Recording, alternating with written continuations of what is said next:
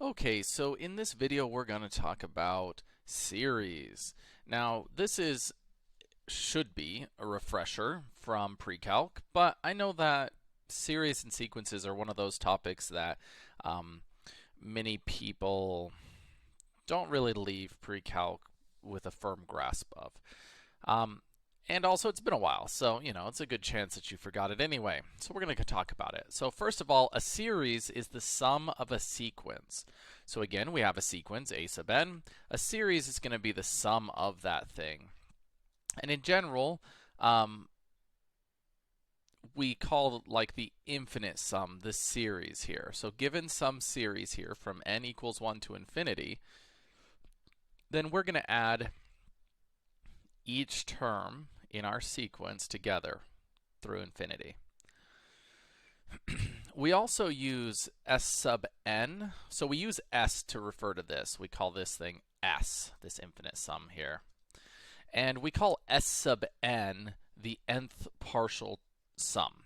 So that means that, like, if we wanted the 10th partial sum, it would be s sub 10, and we would add the first 10 values in our sequence, the first 10 terms in our sequence. Okay. So if the sequence is convergent and the limit as n approaches infinity of s sub n is s, exists as some real number, then the series itself is called convergent, and we write that the sum of a sub n from 1 to infinity is s. S here, lowercase s, is the sum, me writing over it did nothing, but whatever, is the sum of the series. If the sequence is divergent, then the series is called divergent and the sum doesn't exist, the infinite sum, because it just goes to infinity. So adding infinitely many of these points will go to infinity.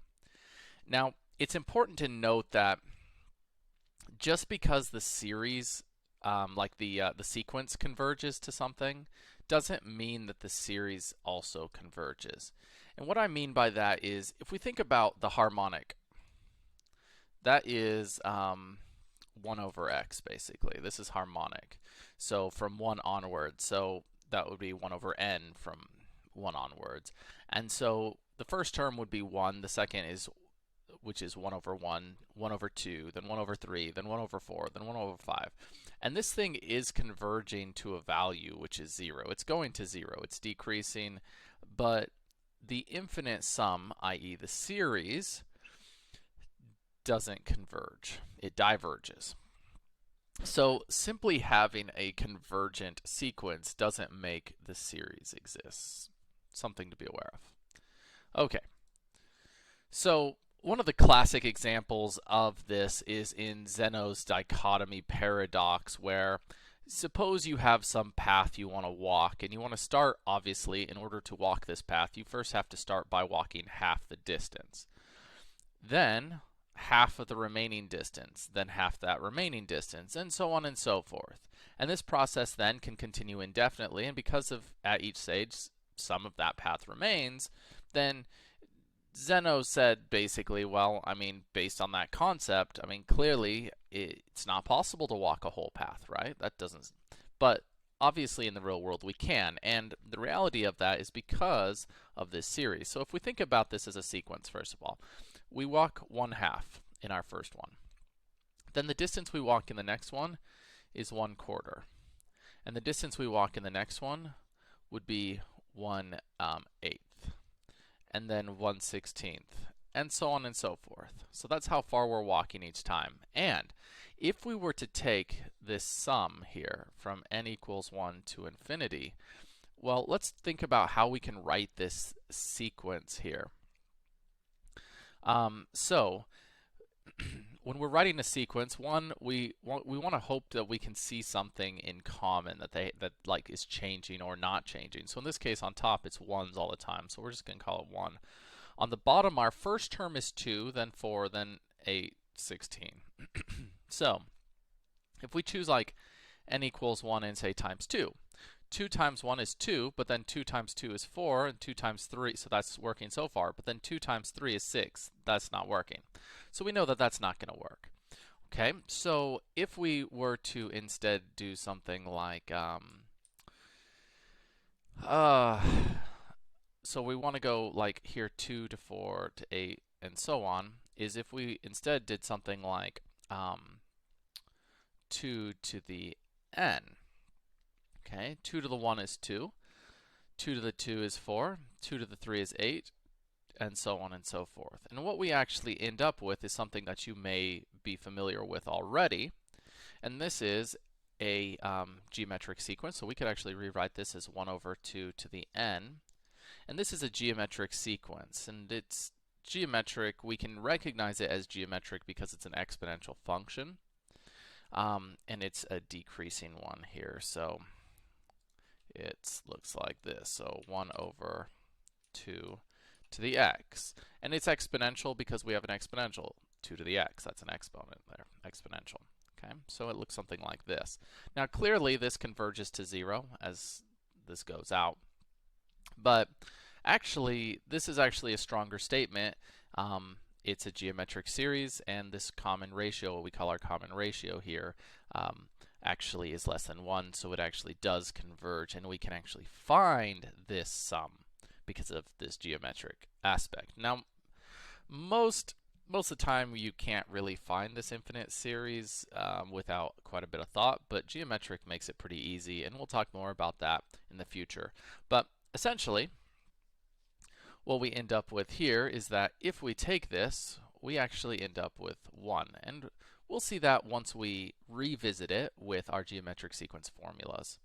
Okay, so talking about our geometric series. Basically, if we have some sequence here, geometric sequence is a sequence of the form a, ar, ar squared, ar cubed, etc., where a is the first term, r is what we call the common ratio of the sequence. So that is to say, if we have some values here that are like 1/2, 1/4, 1/8, as we just got done doing, okay, we don't actually have to put a lot of thought into trying to write this sequence if we recognize it quickly as a geometric, because what we do is we take each term here, this 1/4, and we're going to divide it by 1/2 and get this ratio. So 1/4 divided by 1/2 is 1/2. Okay? Now if we try that, so this is 1/2. So if we take 1/2 and multiply it by 1/2, we get 1/4. Now let's see if that's true throughout. So 1/8 divided by 1/4, that's going to give us 4 over 8, or 1/2. So again, if we multiply 1/4 by 1/2, we get 1/8. And one more time, 1/8 times 1/2 is 1/16. So this is what we call our common ratio. R is 1/2. Okay? And so we can write the nth term of a geometric sequence by this thing. So we don't have to put any real thought into it. We go, all right, well, the sequence n equals 1 to infinity here, this sum of our first term, 1/2, times r, 1/2, to the n minus 1. That's how we would show this. Okay, this is one way that we can write this. Now, n minus 1 isn't necessary, but this is just a good standard form for them. So if you think about this, n equals 1. When n equals 1, 1 minus 1 is 0, so this is 1. 1 times 1/2 is 1/2.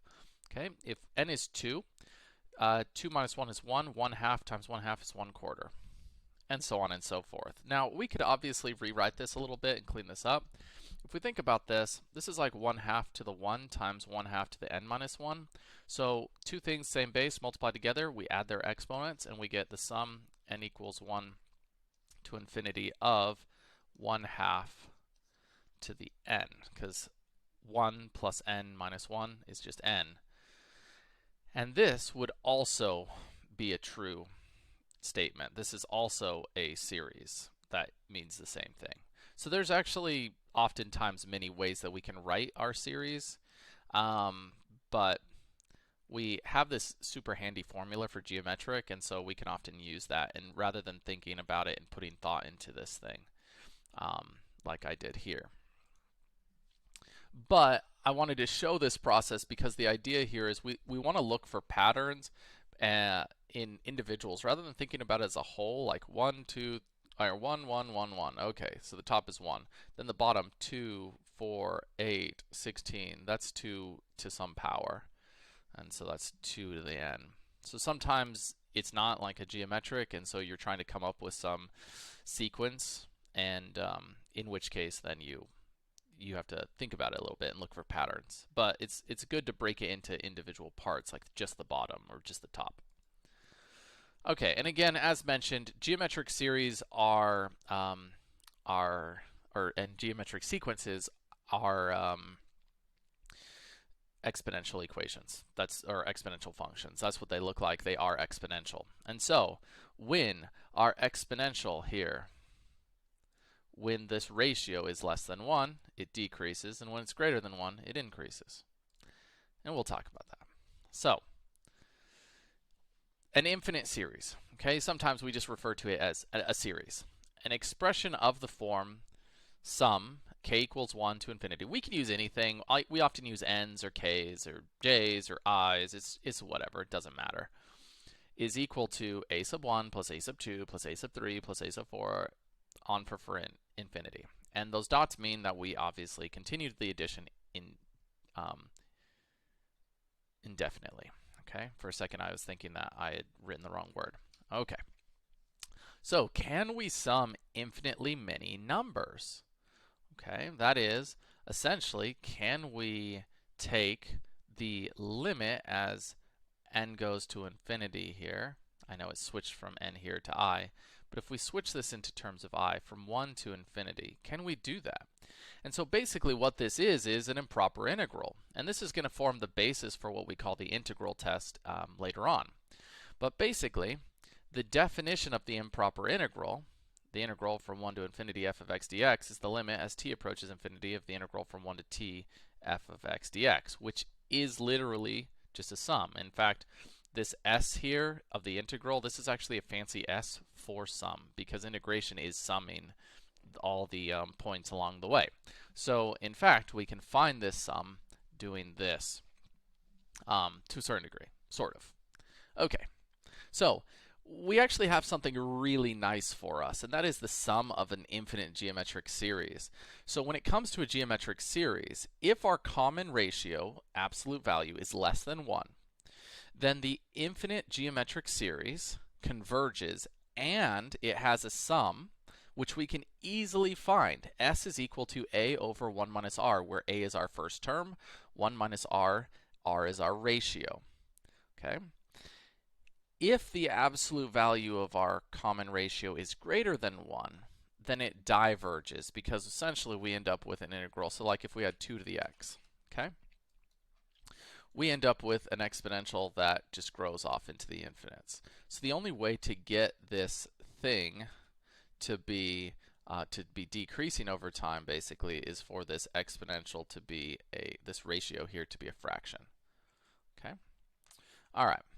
So let's now revisit our Zeno's paradox. Okay? So again, we have our formula, the sum n equals 1 to infinity of our first term, 1/2 times 1/2 times n minus 1. This is our kind of generic, where this is our ratio. This is our first term. Okay, again, we're going 1/2, 1/4, 1/8, so on and so on. Okay, so our first term's 1/2. This is our common ratio. So a equals 1/2. Our ratio is also 1/2. Plugging this into our formula, the series, infinite sum here, adds together to be 1/2 over 1 minus 1/2, which is 1/2 over 1/2, which is 1. So yes, if we walk a path, it is possible to walk a full path, one whole path. Because if we add up infinitely many half steps, we will actually end up with one full distance. Okay. So let's now find this sum if it exists. Okay. So first of all, looking at this thing, one of the first things I'm thinking is this potentially like a geometric? Because if it's a geometric, then that would make my life really easy. So I'm going to take my -1/3 and I'm going to divide it by 1. That's going to be -1/3. Okay, now we'll try the next one. So negative 1/3, negative 1, or excuse me, this next one here is 1/9, and we're going to divide by negative 1/3.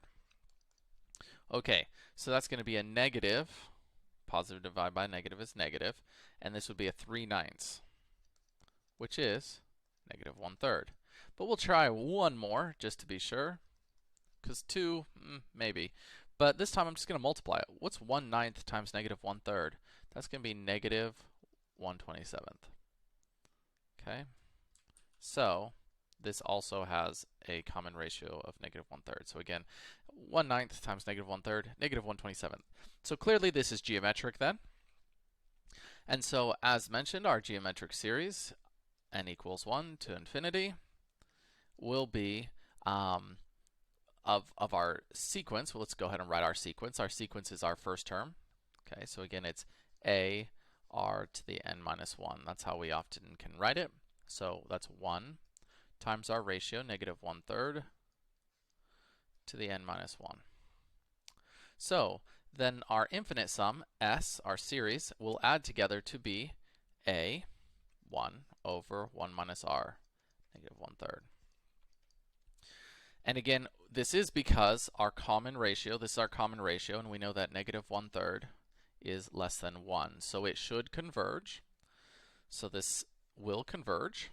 And we can see that the infinite sum then is 1 over 1 plus 1/3, which would be 4/3. So that will be 3/4. So we can add this thing infinitely many times, and we will then get our 3/4. Okay. Let's take a look at another one. Okay, find this sum if it exists. Okay, so we have our geometric series already written here. 64 is our first term. So if we think about this as values, right? Our first term is 64. Our next term would be 64 times 3/2. 64 times 3 over 2, that's 96.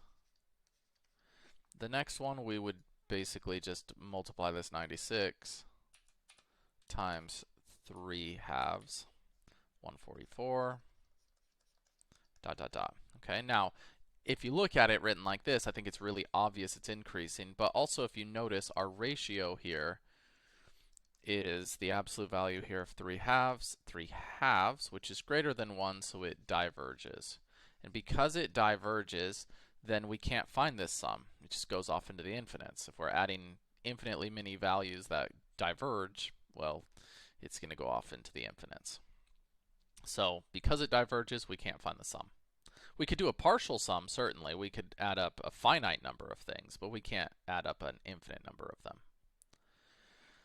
All right, determine the nth term of this following. Okay, so we need to figure out what is the nth term of this sequence. Okay, so 7 4/3. Again, I'm going to, looking at this thing, 3, 9, 27, that looks like some power. 14, 28, 56, potentially as well. So I'm going to try the geometric.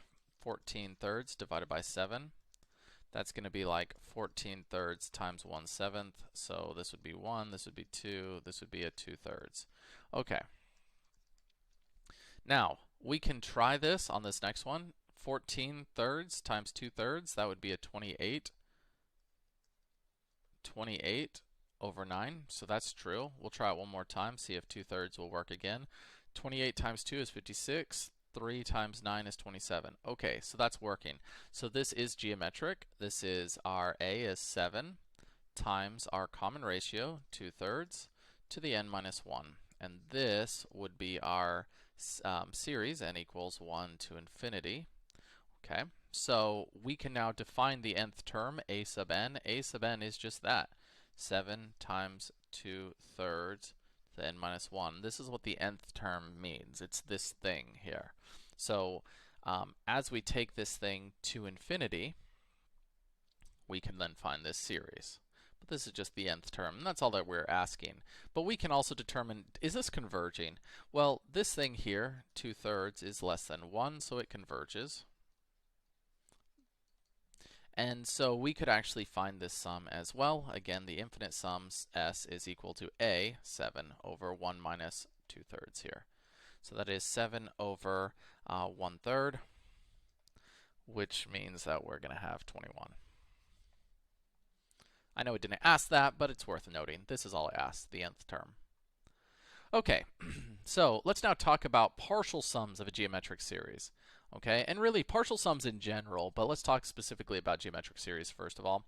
So for the geometric series or sequence defined by a sub n is equal to a times r to the n minus 1, the nth partial sum s sub n is a plus a sub a times r plus a sub times r squared plus blah blah blah to a r n minus 1.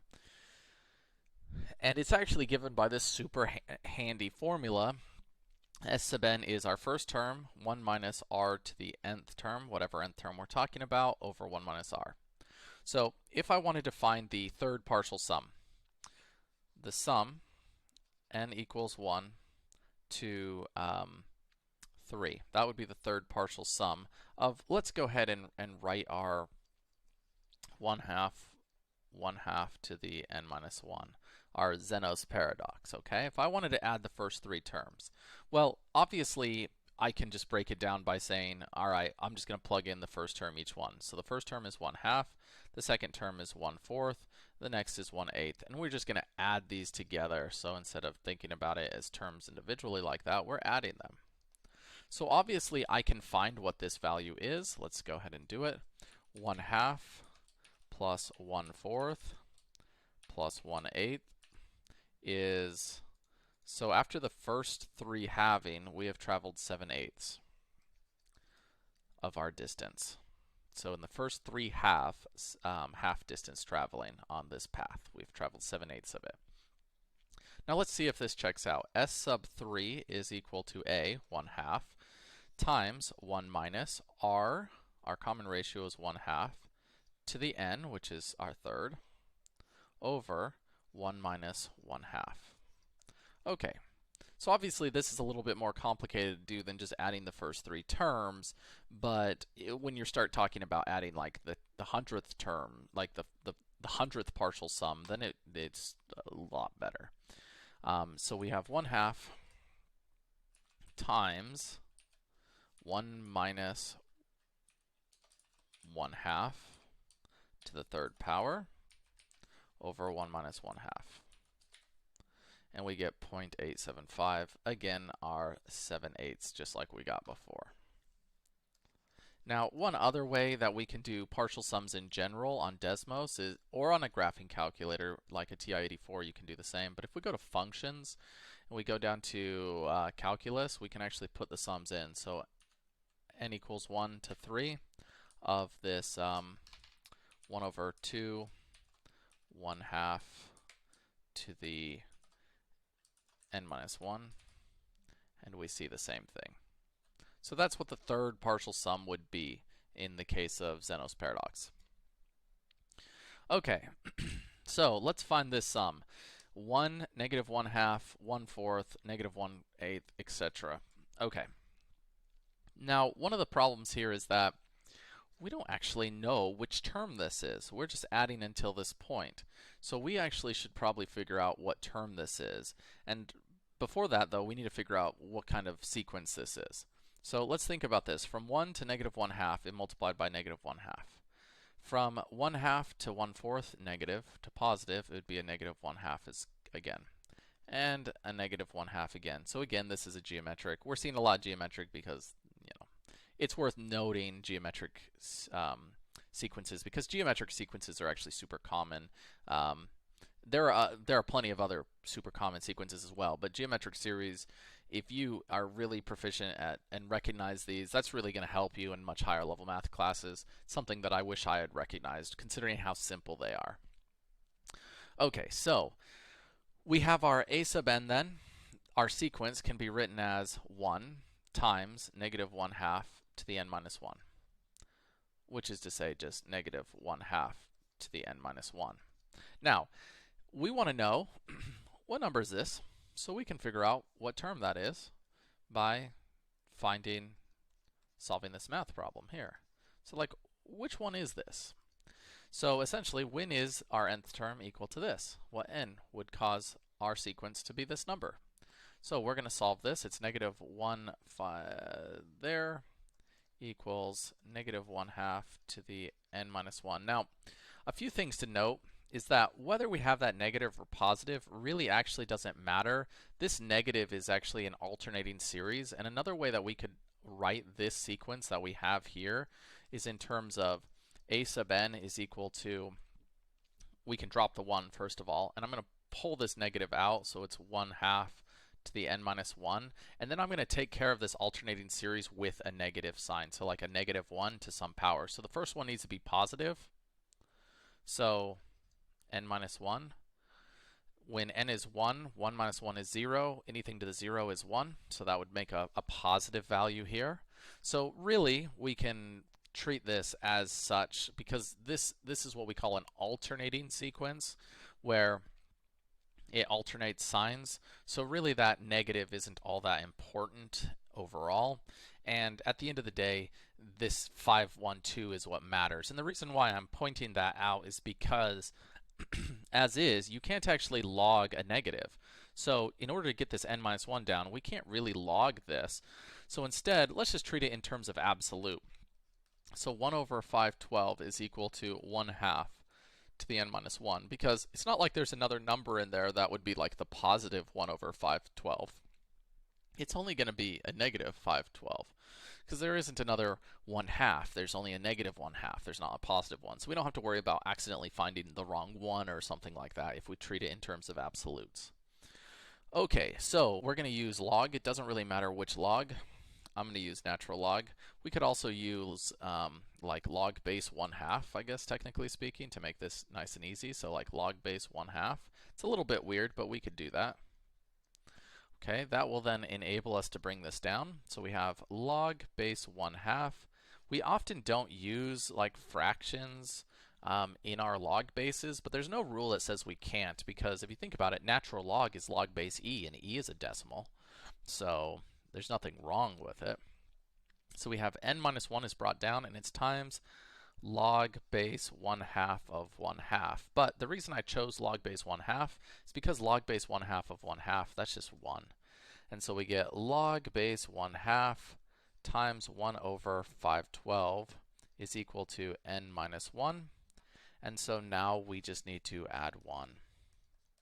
And we get our n is equal to log base 1/2 of 1 over 512, which is equal to plus 1, excuse me. So if we do this calculation, log base 1/2 of 1 over 512 is just 9 plus 1. That's the 10th term. So n is 10. So we are adding this, we're finding the 10th partial sum here. So we're finding this sum. We now know that this thing here is the 10th term. So we want to find the 10th partial sum. That is to say, we're going to take the sum as n equals 1 to 10 of our 1 times negative 1/2. So either we can write it a number of ways, 1 times negative 1/2 to the n minus 1, or the sum as n equals 1 to 10 of negative 1 to the n minus 1, the alternating series aspect of it, to the 1/2, or times 1/2 to the n minus 1. This would also work. Doesn't really matter. The point is we're finding this sum. So we can do that on here pretty easily, find this 10th partial sum if we want. So we have negative 1/2 to the n minus 1. We get this value 341 over 512. Okay, so we added that. Now we can also use our other formula, S sub n is equal to, so this one right here, a times 1 minus, excuse me. All right, so again, this thing here, I'm going to snip it and just bring it into the other page so we have it. With the geometric, we can make use of what we know about geometric. So if we know this one, then cool. I don't necessarily remember it or anything like that, but it's more of those things that, like, I recognize that, hey, I know there is a value for it, and then I can always just look it up if I need. So I don't really remember it all. So anyway, S sub 10, or at least I don't trust myself to remember it. And we have 1 times 1 minus r, which is negative 1/2, to the n, which is 10, over 1 minus negative 1/2. Okay, so that is to say, we expect this. Let's see if we get it. 1 minus negative 1/2 to the 10th over 1 plus 1/2. 341 over 512. So that checks out. Okay, let's take a look at another one. So this is more of a, all right, so a person has 2 parents, 4 grandparents, 8 great-grandparents, and so on. How many ancestors does a person have 15 generations back? Okay, so if we think about 1 generation back, our first term, there are 2. When we go 2 generations back, that is the grandparents, there's 4 grandparents. And then there's 8 great-grandparents. And then so on and so forth, okay? Now, if we think about this, we want to know this thing 15 times. So essentially, we have this sequence. And if you notice, they are increasing by 2. We're multiplying by 2 each time. So we have a common ratio of 2. So that is to say that our first term is 2. Our common ratio is 2 to the n minus 1. So we are looking for the n equals 1 to 15, 15 generations back. Since again, this is the first one, moving on 15. So we want to know, what is this partial sum?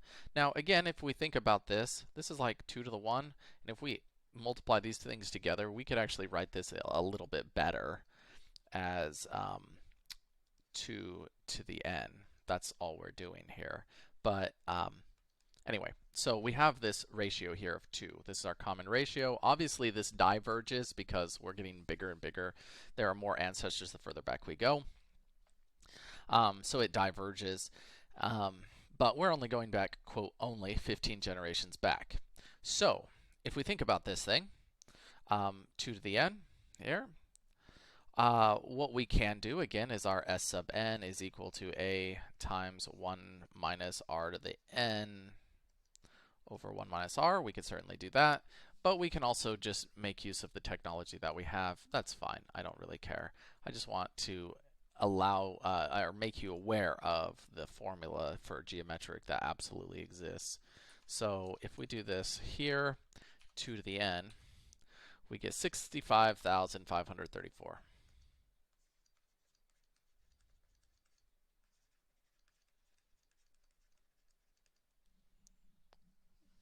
That's a lot, obviously. So anyway, okay. So realistically speaking, I mean, if you took everybody's genealogy back 15 generations, you would probably see that most of us have some like common ancestor. So whenever you see those things like, oh, my common ancestor is this famous person, yeah, everybody has a famous person as a common ancestor, because anybody who existed basically and had kids is going to have descendants in some way that's related to them this many generations or whatever. All right. So let's test for divergence now. We have a test for divergence basically for any series. I've been focusing on geometric because, like I said, geometric are something you should know, and I talk about them in my pre-calc, but in case you didn't get that or it's been a while, wanted to remind you guys of them. We also have these things called arithmetic sequences, which you can take a look up if you want. They follow a nice formula as well, but they are basically linear, and linears diverge for us, so we don't ever really have to worry about arithmetic sequences, but it's still a worthwhile thing to take a look at, because sometimes knowing an arithmetic sequence can help you write more complex sequences because maybe one part of it is arithmetic. Anyway, So we're going to talk about the test for divergence. So if we have some series, if the series here is convergent, then the limit as n approaches infinity of a sub n goes to 0. Okay? So that is, if we have a convergent series, then the limit of our sequence as n goes to infinity will go to 0. But that doesn't mean that simply going to 0 here will make it convergent, because we didn't say if and only if. We only said an if statement. So it's only meant to be read this way. So again, the inverse of this statement is not true. So just because we can show that the limit as n approaches infinity of a sub n equals 0, it doesn't make it convergent. We have this thing called a harmonic series. So it's 1, 1/2, 1/3, 1/4, and so on, okay? Which we could write this as 1 over n, okay? Now, if we take the limit as n approaches infinity of 1 over n, then this would be 1 over 0, or 1 over infinity, which is 0. So this does, in fact, this limit does go to 0. However, our sequence, if we were to take this infinite sum, so the series here of 1 over n equals 1 to infinity, diverges. Okay, now you're going to have to take my word for it at this time. We'll talk about how we show that with the integral test. But essentially this diverges. So again, simply showing that the limit goes to 0 is not good enough to show it converges. But if we can show that the limit as n approaches infinity doesn't exist or isn't equal to 0, then we know that our series is divergent. So at the very least, if we can show that something is divergent, then that should be enough for us to go, okay, well, no need to waste time trying to figure out if it converges, and thus we don't have to waste any time trying to figure out what the infinite sum is. So it is important to note this, because if we can just take the limit as n goes to infinity of our sequence and get something that's not 0, then we know it's divergent. So what I mean by that is, let's take a look at like 3/2 to the n, okay? Now, if I were trying to find this, first of all, I should recognize that this is geometric, and this is a common ratio of 3/2. 3/2 is greater than 1, so it's a divergent geometric series, okay? But let's also see that in the case of, what happens if we take the limit as n approaches infinity of 3 over 2 to the n? Well, this would be 3 over 2 to the infinity, and this value is greater than 1 to some infinity, and that goes to infinity. And so this, because the limit goes to infinity, then this clearly diverges. It didn't go to 0, so it must diverge. Okay, so we'd be done there. But again, we recognize it's geometric, and we could have been done here, but it's worth noting that we can also do this. So, like I said, in general, we're going to be going forward and talking about convergence and divergence. And the reason for that is because if we can show that a series converges, then we know we can find some, we can add up all the values and get some value. But also, on the same side, is if we know that it diverges, then we know not to waste our time trying to add an infinite number of them, because it's going to go to infinity. So anyway, that is just a quick reminder and general concept about our series. As I mentioned, you should check out and maybe refresh yourself on what an arithmetic sequence is. If you Google it, there's plenty of nice little formulas for it. They're just linear equations. The formulas are essentially derivations of y equals mx plus b, realistically speaking. But those are something that you may have also seen in the past. But for us, kind of our major ones that we're going to talk about are going to be initially, well, the easy ones that we're hoping to use as often as we can is geometric series, and then what we call the P series, which I've already kind of mentioned at some point. Let's see. Okay. Maybe not here. I don't remember when I mentioned it. I think I mentioned it earlier on. The harmonic series, I guess, is what I mentioned. Whatever. This harmonic series right here is what we call a p-series, and we'll talk more about them in the future as well. But a p-series is something 1 over n to the p. So maybe I haven't talked about it yet. But anyway, this is what we call the p-series, and where p is some number. So we'll often use p-series and geometric series to determine convergence as well. So if we can show using one of those very simple ones, then it will make our lives a lot better. Anyway, thanks for watching.